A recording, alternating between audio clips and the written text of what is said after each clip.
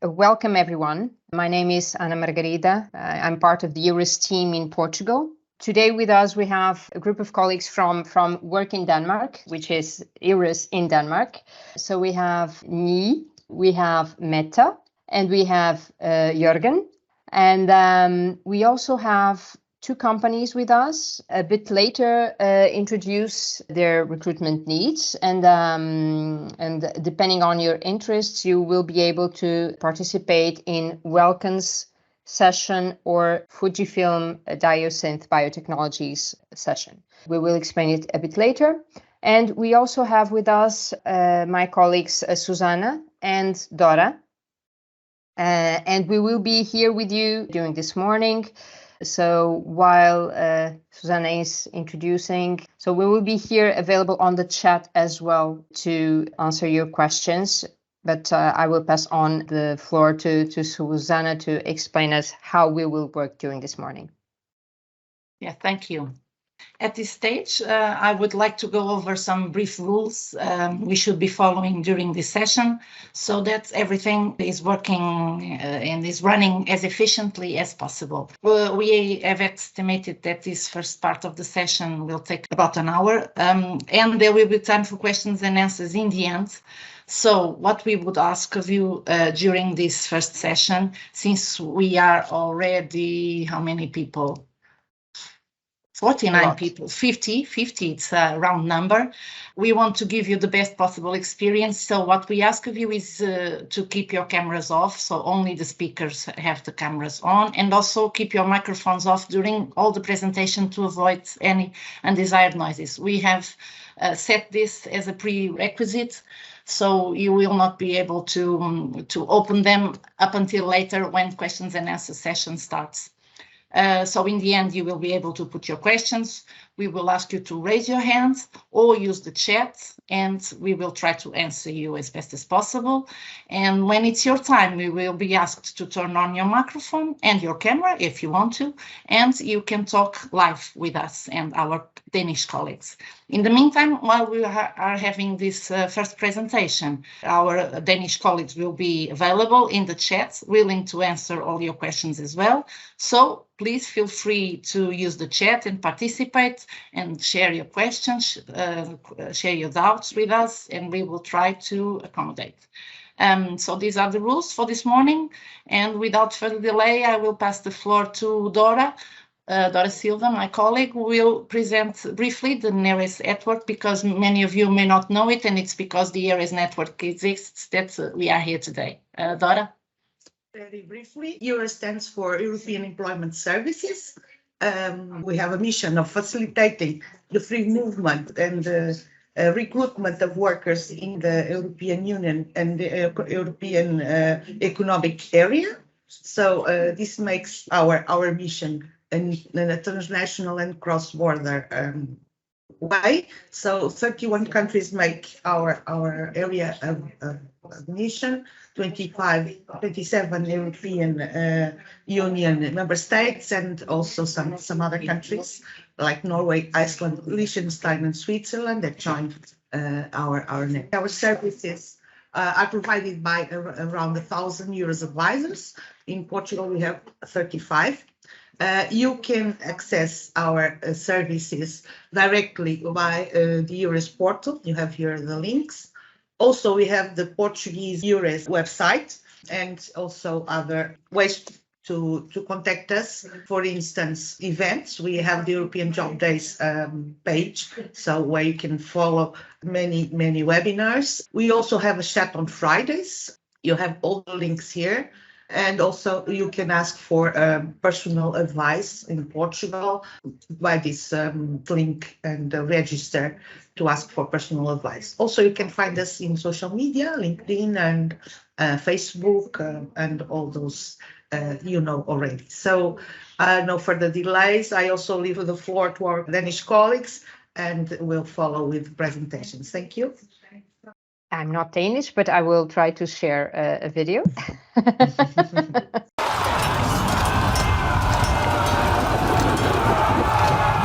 So maybe the Vikings didn't exactly serve as the best starting point for trusting us Danes. But a lot can happen in 1,225 years. And trust to us, we welcome you to the land of trust! Surveys show that we're the most trusting country in the world. But what do we mean by trust? Well, in some countries, it would be considered madness leaving your infant unattended in the street. But in the land of trust, that's how we stroll. 72% of the Danes say they trust each other, and that is the highest number in the world. Even the Danish wildlife are of the trusting nature. I mean, imagine this scenario in downtown Manhattan.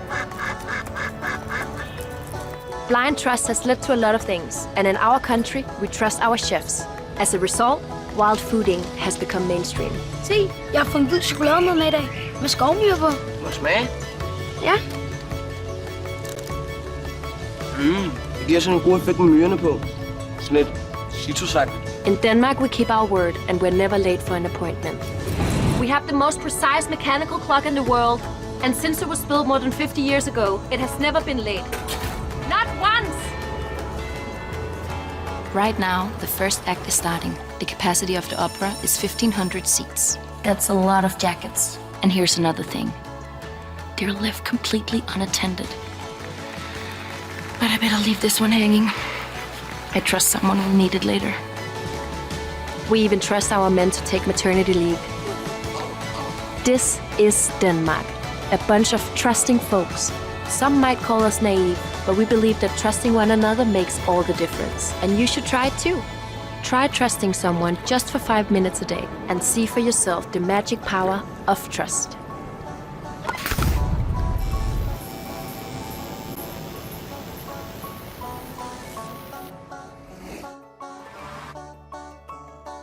Okay, so now that you started trusting Danish, let's try and see a testimonial.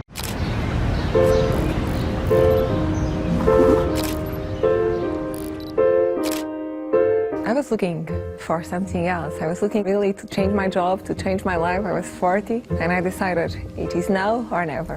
I remember that we began to smile as soon as we got here because we felt everything was organized since the moment we got out of the airport. I'm Cristina Ferreira. I come from Portugal. I'm a materials engineer and I'm a metallurgist at Danish Foundry in Denmark. I'm Pedro Santos. I'm a production engineer and I also work in Dania.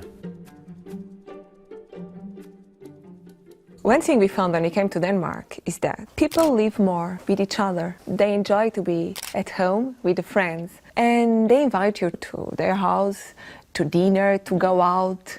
Til hygge. Yeah, that's the word. Hygge. Christina came first and I came after 3-4 months, something like that. There was an opportunity here for a project manager. I think it was a very good choice. Denmark is not a big country. It's a small country, it's like Portugal, but has so many strong companies. So for an engineer, I think it's the right place to be. The organization is very flat. You can talk with all the workers. All workers can discuss, can give suggestions, can come to the chief and say, oh, maybe we should improve there, or I saw a problem there. And when people have such kind of interest, you really improve.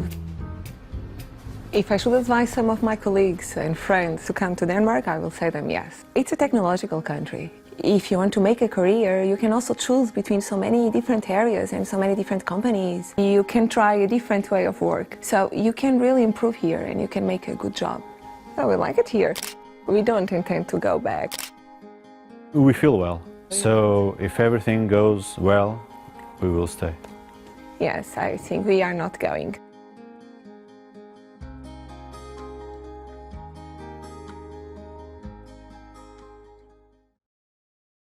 So I guess we will stop sharing. Maybe we would pass the word to Ni, yeah? Yes. And Hello, we'll everyone. share your pen. Welcome to all of you today. So today I will be talking about Denmark as your next career destination. And maybe this will inspire you to start your journey here in Denmark, just as Pedro and Christina did. So to start off, who are we? So Work in Denmark is part of the Danish Ministry of Employment, and also EURES. So Dora just told you a bit about EURES, but what we actually do is that we assist Danish companies with attracting foreign candidates to Denmark. And we also help international job seekers with information on relocation, job search tips. We match candidates with certain jobs in Denmark. So that's just a bit overall of what we do. So the agenda today is to talk about living and working in Denmark, the Danish labor market, and how you can find a job here. But first, we're going to start off with a couple of facts about Denmark. So as Christina said in the video, Denmark is a small country. There is approximately 6 million inhabitants, and 10.5% of us were born abroad. Our highest point is called Uldall-Eckman. So you can try and say that fast 5 times. It's also hard for a Dane like me. Uldall-Eckman. Yes, very good actually. Yes, Uldall-Eckman.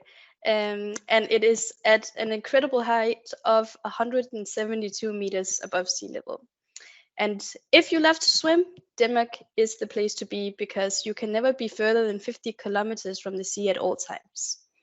So we're a small country, but we have big ambitions. And you may have heard about these export companies in Denmark. Denmark is an export nation. We export about 59% of our GDP comes from export. And our biggest trading partners are the US, Germany, Sweden. And in 2020, Denmark was the world's biggest exporter of enzymes and pigs. And we mostly export food and beverages, especially pigs, pharmaceutical products, energy, so wind, solar, water, and so on. And of course, furniture. And this means that there are a lot of possibilities for international candidates in Denmark. And here you can see a list of some global Danish companies, and you might have heard of them. So for toys, Lego, we have probably all stepped on one at one time in our life. For fashion and design, we have Big, which is an architectural firm. Then Echo's Shoes, and Arne Jacobsen, who has made the famous egg chair. Then we have wind turbines, and you can find Vestas wind turbines both offshore and onshore everywhere in the world. Then we have robots, and in Odense, where me, Jörgen, and Mette are actually sitting, there is the biggest concentration of robots clusters here. So Universal Robots and Mia are very famous here. Then we have gaming. If you remember the game Hitman by IO Interactive, there's actually a movie about this character. Then we have life science, a famous company, Novo Nordisk. They make, for example, insulin, and they employ around 47,000 people around the world. And they also have some very interesting positions right now. So you can check that out on our website later. Then we have shipping. I'm sure you have seen, there's a picture here of Maersk and these containers. And for food, we have Arla and Carlsberg. For Carlsberg, you have probably seen the beer with the commercial maybe with Mads Mikkelsen. And for Arla, they make cheese and yogurt and dairy products. So now that we have established Denmark as an export nation, we will talk a little bit about life in Denmark and what it's like. So the cost of living in Denmark. To illustrate the cost of living in Denmark, I have brought to you today the Big Mac Index, which basically what it does is it shows the purchasing power you have in certain countries. So how many minutes you have to work to be able to buy a Big Mac. And as you can see, in Denmark, you have to work 17 minutes to be able to buy a Big Mac, as compared to Italy, Spain, and Portugal, where you would have to work, for example, in Portugal, 36 minutes. And in Denmark, you've probably heard that we do pay a lot of income tax, but from those taxes, we get a lot of benefits, such as free healthcare, schooling, and elderly care. So even though we pay a lot amount of tax, our high wages kind of balances it out, as we get a lot of benefits in return. And what do expats say about living here? So the first thing they say is there's a high level of security, as in the first video about trust, it is true that babies do sleep outside in Denmark. Because there's a high level of security and trust, you're not afraid of leaving your baby outside. It might sound crazy for some expats, but that's the way we do it here. What other expats also say is that there's a great international population. So wherever you move to in Denmark, you can find some kind of local international initiative to welcome you to Denmark. And this makes it easier for expats to network and socialize. The third thing is the ever-changing weather, and we have learned from a quite young age that there's nothing called bad weather, it's only bad clothing. And a lot of Danes bike to work or to school, no matter the weather, so we're quite used to it and it doesn't really faze us anymore. The fourth thing is that Danes can be quite private people. And that's just because you have to get through the hard shell. But once you have made a friend in Denmark, you will have a friend for life. It's about breaking that first barrier. But if you want to know more about what other expats are saying about living and working in Denmark, you can find more expat stories on our website. There's a link there. And now just shortly about the Danish labor market. So right now, the Danish labor market is characterized by a lot of job vacancies, and in almost all sectors and types of businesses, they're looking for people. There's also a very high employment rate, and around 78% of women and 81% of men work. And actually more women than men have an academic education in Denmark. So you might be wondering, do I need to know how to speak Danish to move to Denmark? And no, you do not need to know how to speak Danish to get a job here. However, good English skills are often mandatory, and we actually recommend you to learn Danish while you're here, because Danish courses are free of charge if you move here because of a job. So by learning Danish, you can interact more with your colleagues, you can sing Danish Christmas songs, and you can just socialize better with people. But a lot of Danish people can speak English. As you can see here, 86% of Danes speak English. So it shouldn't be a problem. The Danish labor market model is characterized by this model of called flexicurity. And it reflects the needs of employers while at the same time safeguarding the welfare of employees. So this means that employers are able to adjust to market changes. So if there's a lot of growth at one point, they are able to hire people quickly. And furthermore, for employees, they have this safety net and security if looking for a job. For example, a lot of Danes are members of an A-kasse, which is an unemployment insurance fund. And this means that you get up to 2 years of unemployment benefits after losing a job. However, most Danes find employment quickly due to this model. And also in Denmark, as you can see, there's no legal minimum wage. Instead, the relatively high wages are regulated or set as part of negotiations between the employers and labor unions. So around 76 or 67% of Danes are members of a union.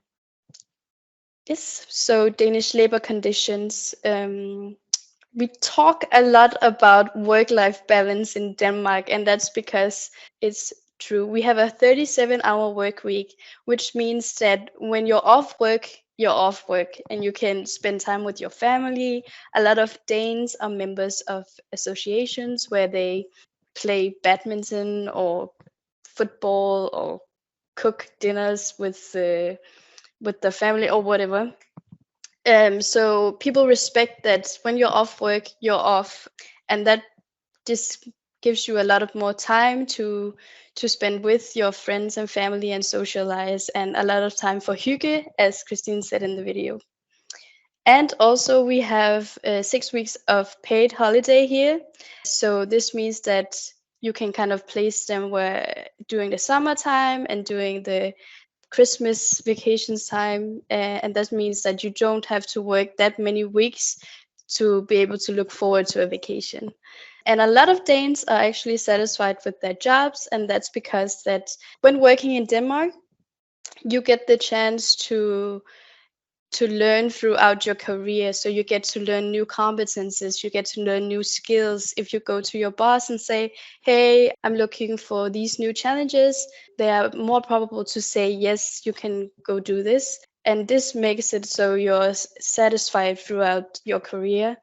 And also, what other expats also say is that in Denmark, you have a lot of influence on the decision-making process, as the great ideas can be found everywhere in the company, from the managers, but also just regular employees.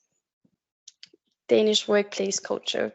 Danish workplace culture is characterized by a flat hierarchy. So what this means is that it's not always possible to see who's in charge.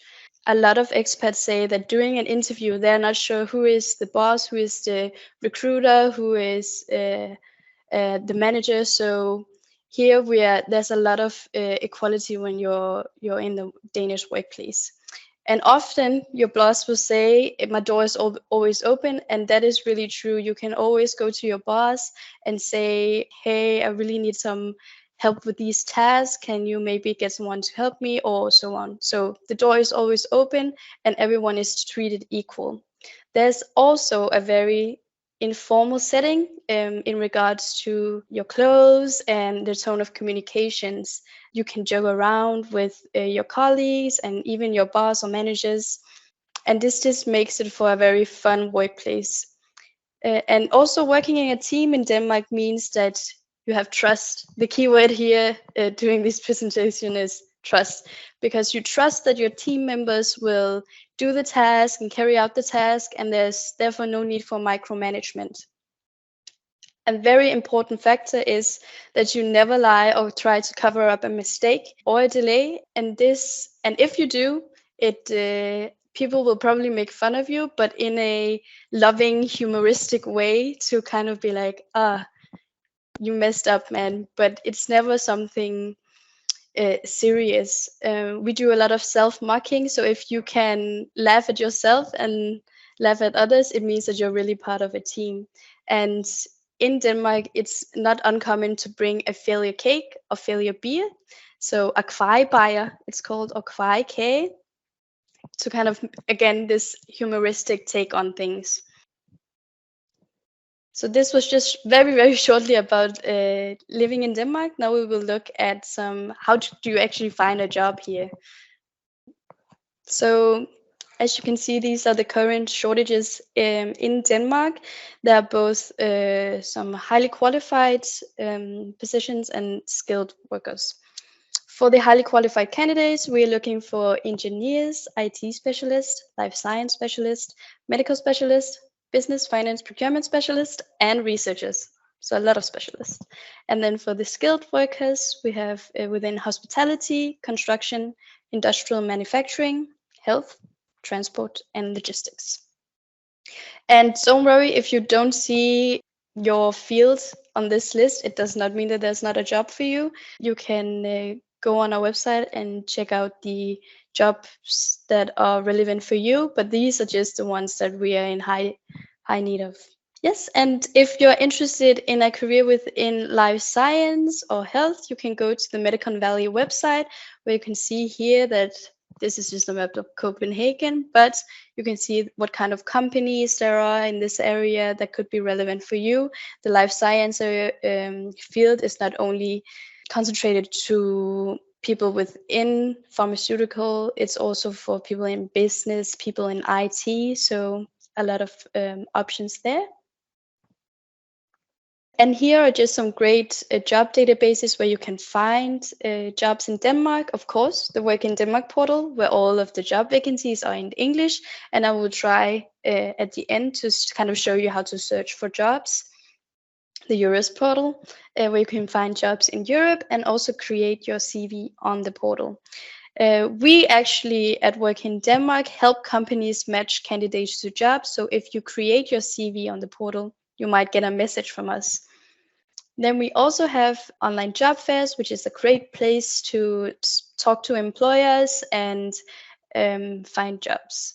And you can see here that our next job fair is on the October 26th within life science and healthcare. And if you want, you can go and register for the event on the link. And you can also read how Jose, who's from Spain, got a job by attending one of our job fairs. And if you're looking for jobs that are not necessarily on these sites, you can always keep an eye out on the company websites and company LinkedIn pages for any updates on jobs. So this is our website, the Work in Denmark website, and in the middle is the most important button. It's the job portal. Then on the top bar, there's information on job search, how to get ready for an interview, how to write a CV and cover letter that targets a Danish recruiter, and all about Danish workplace culture, etc. So you can go and explore our website later on. So best tips for your job search. Job search is an extensive topic, but I have tried to boil down some of our best tips for you here. So the first one is to do your research. You should research the company, their product, their services, read their website, follow press news about the company, follow them on LinkedIn, and please update your LinkedIn profiles. And this way you can kind of figure out, well, how do I fit into this company, into this role? And if there's something in the job ad that you don't understand, you can call the hiring manager. It is that exact reason that they write their number there is because people can call them. And in Denmark, it's very normal that you call an employer to ask them questions about the job, etc. Next up is CV and cover letter, and you should always target your application to the specific job and specific company. We know that job search is very different depending on where you come from. And in Denmark, we usually say that the CV should focus on your past experience, whereas the cover letter should focus on your future. So your future role at the company, what can you contribute with, how can you solve these tasks. And Danish recruiters actually expect you to target your CV and cover letter to the specific job opening. And that's because they're not used to generic or standard applications. So therefore, we advise you to think about, how do I match the role? So your skills, experience, interest. How can I couple my experience to the specific job function? So include your motivation for this specific job and the task. And unsolicited applications are usually welcome, and you can find the information on the company's web pages if not.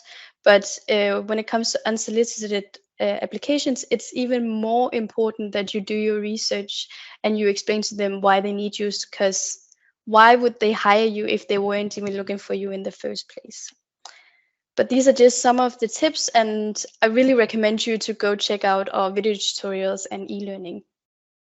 So relocating to another country can be expensive. So if you're a citizen or resident of the EU, Norway, or Iceland, you may be able to apply for financial support for job interviews or relocation. You can read more on this link on the slide, and I advise you to read the requirements on the website. And if you have any questions regarding the process, you can always write to our mailbox. Is tms@workindenmark.dk. Yes. Registration in Denmark. Also, please go on the International Citizen Service page. There's a lot more information there where you can see the processes, because it depends on which city you're moving to in Denmark. But as an EU citizen, you would have to apply for an EU residence document, apply for a CPR number, and then a tax card. And as an EU citizen, you may freely enter Denmark and you may begin to work upon arrival.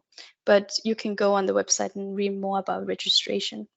So if you want to know more, you can follow us on social media. We're on Facebook and LinkedIn, where we post the latest updates on the Danish labor market, job opportunities here, expat stories, and so on. Job search, all of the links you would need there. Of course, the online job fair on October 26th, you can sign up. and for relocation and registration. And of course, every Friday we also on the chat, so you can chat with one of my colleagues. Yes, thank you so much for listening. If after the webinar you have any questions, you can always send us an email or again, directly chat with one of the EURES advisors tomorrow. I will try and share my screen now to show you how you can search for jobs on our portal. Can you see the screen? Yes. Yes. So here is the website. If you click on search for jobs, it's a bit slow today. And you write in, for example, engineer. You can see here that there are 370 job openings in Denmark. And the first one popping up is from Novo Nordisk, one of the biggest pharmaceutical companies in Denmark, and Semco, Comco, Fujifilm, who's here today. Let's try another one. If you're a welder.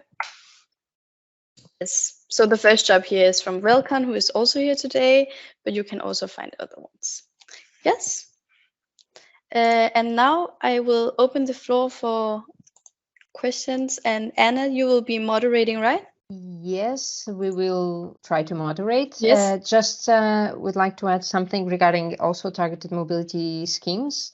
If there are any questions from candidates, they can also resort to EURES in Portugal, because maybe they will feel more comfortable. So if you do have questions about it, we also left you the email on the chat, also for the TMS iep.pt. But I would now grant permission to everyone to be able to. And while we're thinking yes, about yes, the questions, yes, please do I so. would like Please do to so. show Thank you. everyone where you can find also in our website, EURES Portugal. We also have a section for looking for employment, and where you can find the job offers, also the recruitments that are going on. So you can see here, Denmark has a lot of vacancies. And also you can use the links for the EFP online portal, and you can search for estrangeiro and see all the vacancies available for Denmark and see all the conditions. So that's what I wanted to show you. And of course, you can always contact us. You have our contacts here, and also other means like chat are available, and the personal advice also, filling the form here. Okay, thank you for your attention. So I'll leave the floor to who wants to make some questions now. Exactly. So letting everyone know that you can use your cameras and microphones, but we would ask you, just in order to have this a bit more organized, to raise your hand if you want to have a question, so that we can give you the permission to speak one by one. So please feel free to raise your hand, and it's you have the option in your menu. You should have an option which is saying reactions, sending in reaction, and which allows you to raise your hand. And if you're using a mobile, it should be even more visible. And so you can please, also use the chat if you prefer. Of course. But at this stage, it would be great if you would have. Maybe in the meantime, I could just answer a few questions, because we already had some questions from from some of you regarding the application. It's very important that you really have a look at the website on how to apply for a Danish employer, because it's very different from Portugal and from Germany and from Italy. So the Danish employer will expect that your CV looks in a certain way. So be very much aware of that. Regarding how the procedure will be if you get a job offer, normally you will have the first interview will be an online interview, where also the employer wants to check about your language. It's true that in most of these jobs for high skill, the need is just that you are quite well English speaking. if you are a doctor, of course, you have to speak Danish, but then it will be a kind of the contract, a part of the contract when you come to Denmark. But often you will find out that in the first online interview, you don't get a lot of questions about your skills, but more about your motivation. Because if the Danish employer should invest in you and maybe would like to keep you a few years, they would ask about what about your family? Have you thought about the weather might not be that the same as in Portugal? And if you have a partner, what would be the chance for the partner to get a job offer? There will be a lot of help in Denmark for that also, but you just be aware that there will be a lot of questions, not exactly about your skills. And about the cost, normally the employer will invite you to Denmark, and some of the bigger companies they just pay the travel and pay the cost, and in that case you're not able to apply for the TMS money. So you have to talk to the company about that before you apply, because if they pay some of the cost, it's not possible. Just that you be aware of this. If it's a small company, it might be more chance that they are going to use the TMS, and you can get the money if you want to go for an interview, but also if you really want to move to Denmark. But be aware of that. I can see there's a question. So Peter, move on. Hi, hello, good morning. Good morning. Hi everybody, and thank you for this opportunity. I'm already here in Copenhagen.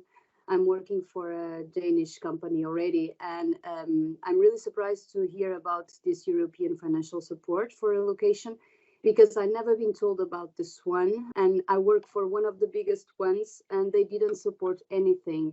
I've been here for 6 months already, more or less, and I would like to know if I could apply afterwards for the support, or if I'm not eligible anymore. Thank you. Maybe I can answer, because I think it's not possible. You have to apply before you travel. That's I'm sorry for that. It's a shame that you didn't know about it. I don't know which country you come from. If you come from Portugal, but yes, of course Portugal. A lot of yes. Yeah. I'm sorry for that, but I think it's too late right now. Yeah. I imagine. We're really sorry. Yeah. Maybe if you knew Eurus by then. I knew, but I didn't know about the support. So, and the company really didn't say anything. So I'm really surprised to hear about this. But thank you anyway for the information. Well, if there is any further change in your life, let's hope not, because I hope you are okay in Denmark at the moment. But if there is any further change, please take a look before you move, because there might be a chance. Okay. So that applies for any country in Europe, right? That support within our area, so European Union, Norway and Iceland, I believe. Okay, very well. Thank you very much, guys. Have a good day. Besides Rita, there are two questions. If you could take a look, Jörgen. So Ana Lucia is asking, she would like to know a little bit more. Yeah, 20 seconds. About our fair, well, it's an online fair, and it is like this, that we already now have different companies participating. So if you register now, you can already now apply for the different positions and talk to the companies. Even the fair is in about 2 weeks. Well, it's in life science and in health, but again, life science is not only for chemical engineers. It's also, like we mentioned before, IT and engineer, all kind of engineers and other staff. And on the day you will be able actually to chat with the companies, participating companies, and we try to make it more easy if you already have a job. So we have a presentation in the morning, and we have a presentation in the evening from I think from 6 to 8 o'clock in the evening also. But I put a link in the chat, so you can actually have all more information on this link. There is some specific question by Mohammed Soliman. Yeah, I read it, but I don't think that's a very personal question he's asking, and I don't think that this is the place to answer personal questions like that. But I will say, however, that we cannot say the reasons why you don't get a job or is called to a second interviews. There can be many reasons, and my answer would be speculations. And that's why I think we're not able to answer, Mohammed. I'm sorry. Sorry, thank you for the answer. Sorry, you're welcome. for this interruption. Yeah, no problem. But that was really strange for me to hear that answer, that because of the family's stability situation. I don't know why, but everything I said, everything about my CV, my experience, they said no. All of the things was perfect, but just because of this reason, it was really strange to hear this answer. Yeah, like people, there are different cultures in the different companies, so I can't give you an answer. Nobody can except the specific company, so you'll have to accept what they told you and move on, apply for another job. Actually, I keep receiving the same option or offer every time on my email from the talent team. So for the same position. So can I also now apply again for this one? I don't know. I just want to add that you can always ask the company why you didn't get the job. That's normal in Denmark that we do this. So they really have to give you a good answer, just to let you know. Okay. Thank you so much. Okay, Rita Diaz. How long does the recruitment process usually take? So if it takes too long, namely when we're talking about transnational recruitment, well, it may be variable, no? I don't know, Mette. I see your... Yeah, it is variable because some of them are ongoing and they call in for interviews on an ongoing basis. Other companies collect the CV and application, and it can take like 6 weeks to a month before you're called to the first interview. So it varies a lot. You can't give an exact one for that. I would say normally in general, and this is only in general, approximately 6 weeks. But other companies that need somebody right straight away call on an ongoing basis. So it can be a few days. Exactly. And you have to get ready to move fast. Yeah. If you want. If you want to, you should get ready. Nobody expects you to travel to Denmark the next day. Of course. Fabio, I don't know whether you'd like to place it. I can see you wrote it on the chat, but maybe it would be better if you would place it in live voice. But in any case, I already have worked in the Netherlands like a welder, and they gave me financial help for relocation, so for accommodation in Denmark. We have, in the Netherlands. Okay. So do we have the same kind of service in the Netherlands? In Denmark, sorry. You mean the TMS? Fabio? Yes, this is why, Fabio, if you could please turn on your microphone, it would be great. Otherwise, we try to answer. Was it TMS or was it a specific support by the company, Fabio? Well, I think he means by the employer. Yes. Well, in any case, we cannot guess. So, yeah, support by the company. Yeah. Okay. I would just say it differs a lot. In most municipalities in Denmark, actually now they have people hired for helping people coming from abroad. Maybe not that much financial, but to integrate and all the practical things. Some employers they support the employees in the first maybe first months or two regarding finding some house or apartment. Maybe they will pay some of it, but maybe they have to pay themselves. But just to find accommodation can be a challenge, especially around the Copenhagen area. So, but often the employer will help, especially in the beginning for that. Okay. I think there's a question about yes, kindergarten. Okay, do you want to answer that first? Because we have Maria as well with her hands raised. I'm sorry to interrupt. My question was also related to the one Fabio did. It was about accommodation. So by this presentation, I realized that you support accommodation in terms of costs and not physical accommodation. Is that right? This means regarding the targeted mobility scheme. Yes. Because I believe the biggest challenge here is to find a house, an apartment, a room to rent in another country without physically being there. So I think you also have good links also on Work in Denmark, probably. So regarding searching for accommodation, some tips, I believe, on Work in Denmark. I don't know. There's this website called Life in Denmark where you can get some tips. I'll just write it in the chat, and you can use that one.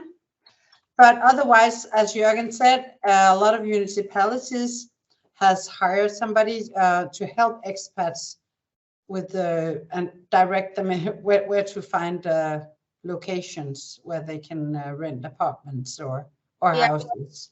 But do you think it would be possible to rent a house or a room online without being physically in Denmark while I'm still here in Portugal? No, I don't think so. Maybe Jörgen, do you know? I don't know that much about. Can I add something to that? Yeah. Me? So I think what you're meaning is if you can say yes to an apartment without seeing it in real life first, right, Maria? Exactly. I'm just scared because of scams and that kind of stuff. Yeah. What a lot of landlords are doing right now is that they can give you a digital showing of the apartment or house. So you would FaceTime them and they could show you around the apartment. So a lot of people are doing that now. In regards to scams, I think on the Life in Denmark website, there are some links to certain portals that you can use that are reliable. So I would definitely recommend that you don't look at you look at reliable websites and not just fake ones, if that makes sense. Yeah, that makes sense. Thank you. Yeah, but now not related to TMS, but also companies in Denmark. Do you know if they have this kind of help in terms of finding accommodation? They do the work by finding you a room for like 2 or 3 months, and then you find it yourself after that.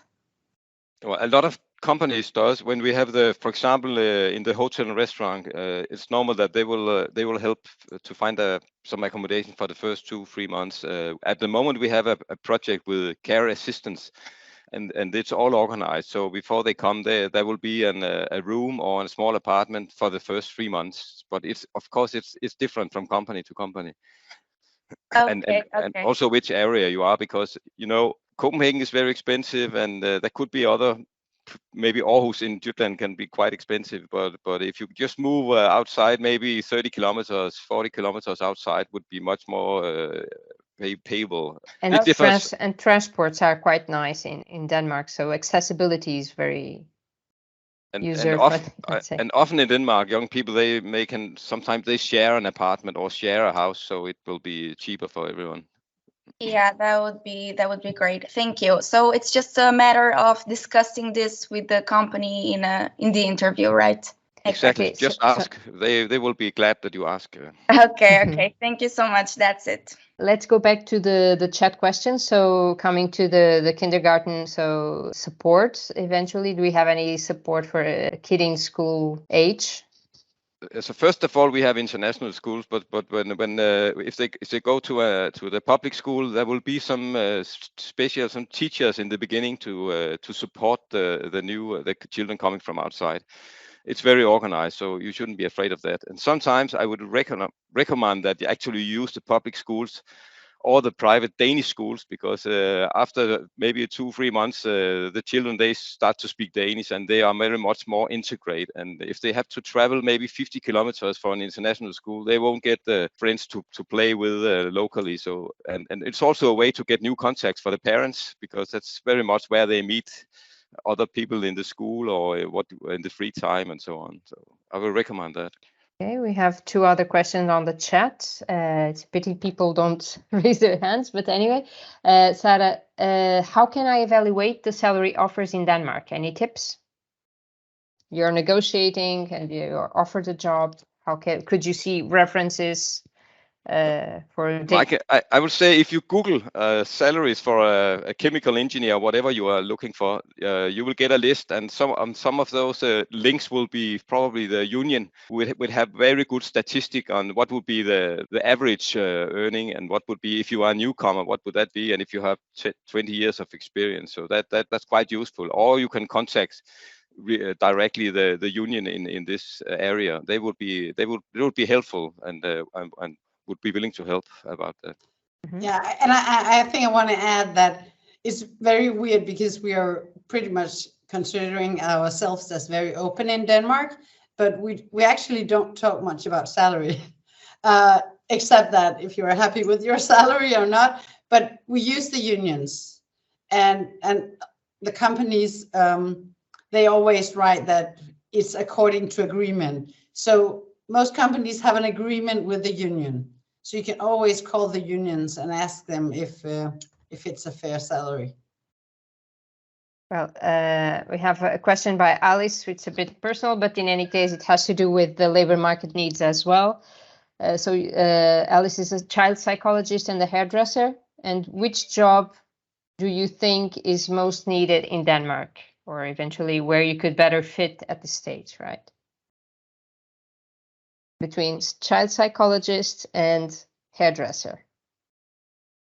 Oh, it's a little hard to answer because probably you will be asked for your Danish language in both cases, especially for a psychologist. And in that case, you would have to find maybe a hospital who would be able to provide you with the language training. Otherwise, it could be quite expensive if you don't speak any Danish. As a hairdresser, it might be maybe more easy to find a job, and they are often needed. But most hairdressers in Denmark, they are actually private. They have their own business. But sometimes you might be able to find maybe in the bigger cities a job for a hairdresser, even you don't speak Danish, I think. But we don't have a lot of experience for this kind of workers, I would have to say. But in any case, I would emphasize that for child psychologists, you will definitely need the Danish language. So it's something that would take a bit more time, at least, I would say. There's another question by Fabio regarding the cost of housing. Regarding house rents, can we expect that they are more than 50% of our wage? Or I think it's... Yeah, it sometimes happens in Portugal. It's not more than 50%, but it varies a lot. You know, we can't sit here and tell you exactly how much, because then you have some expectations in your head. It's very expensive to live in the middle of Copenhagen, and it's cheaper to live in Jutland or outside Copenhagen. So it varies so much. So we can't say anything about the pricing, and it also depends. What do you want? How much space do you want? Can you settle with a one bedroom, or do you need a house? Exactly. So I think that's take the last one from Pedro before we move on to the yes, company? I think, and then we should move to companies. That's it. Yeah. Pedro, could you please turn on your mic? Pedro Rocha, you have your hands raised. Do you hear me now? Yes. Thank you for the presentation. I have a quick question. Are there some remote or hybrid opportunities, or we are just talking about moving and living in Denmark? Remote work possibilities. Mm-hmm. We don't have a lot of them. And we certainly don't have anyone represented here today where you can work remotely. Of course, we work remote as well from home once in a while, but it's normal to come to the office, to have that connection, to understand the company culture. So I think most Danish companies don't offer remote work. Okay, clear. Thank you. Okay. We don't see this kind of offers. Sometimes in the IT it can be possible, but I don't think we will not see these offers on our website. I'm sorry. Well, really a very last question, and we would close here by Eduardo, because it's in Portuguese, so maybe to make it clear. Is it necessary for a welder to know English in order to be able to work in Denmark? I think we take that question when we get together with Welcome. So I would Eduardo, maybe over. Yeah, we move to maybe you can join us at the Welcome presentation, which is and the company. I hope somebody is there, maybe who can help him translate. Exactly. Okay. We are going with you. So yeah. But yeah, that's the issue. This is the main issue. No, it's okay. I know that Welcome told me before that they can have somebody who doesn't speak English as long as they have some Portuguese so they can understand each other, so they have somebody who can translate. Okay. Of course, that's necessary. You can't work there without speaking to anybody, but they need somebody from a group of workers. Somebody should speak English. Exactly. But because not it's needed to necessarily all of them. communicate to the people. Yeah. But Well, let's take it in the breakout rooms. Exactly. And Liliana, there are some opportunities as well on the welding. So, well, let's try and move on to the companies. We thank you, everyone who has attended so far. And just to give us an idea, I think we were next to 60 people, but at the moment we have 56 participants who are not from our teams. Okay. And what we would suggest now, because we have here some issues with the passing to the rooms, what we will do is for all of those who were mostly interested in information about living and working in Denmark, thank you for being with us today. We let you know that you will soon be receiving as well the presentation. Nhi used some links eventually, and as well a link to the recording of this webinar so that you can go through the webinar again. And now we would ask for people who are interested to participate either in the welcome session, which is mostly aimed at welding professionals, or in the Fujifilm Diosynth Biotechnologies company, who is a little bit broader in the recruitment profile. So we're talking about different areas within engineering, biotechnology, pharmacology, pharma sciences, life sciences in general. If any of you are interested in one of these companies and you have the time, and we really hope so, we would like you to stay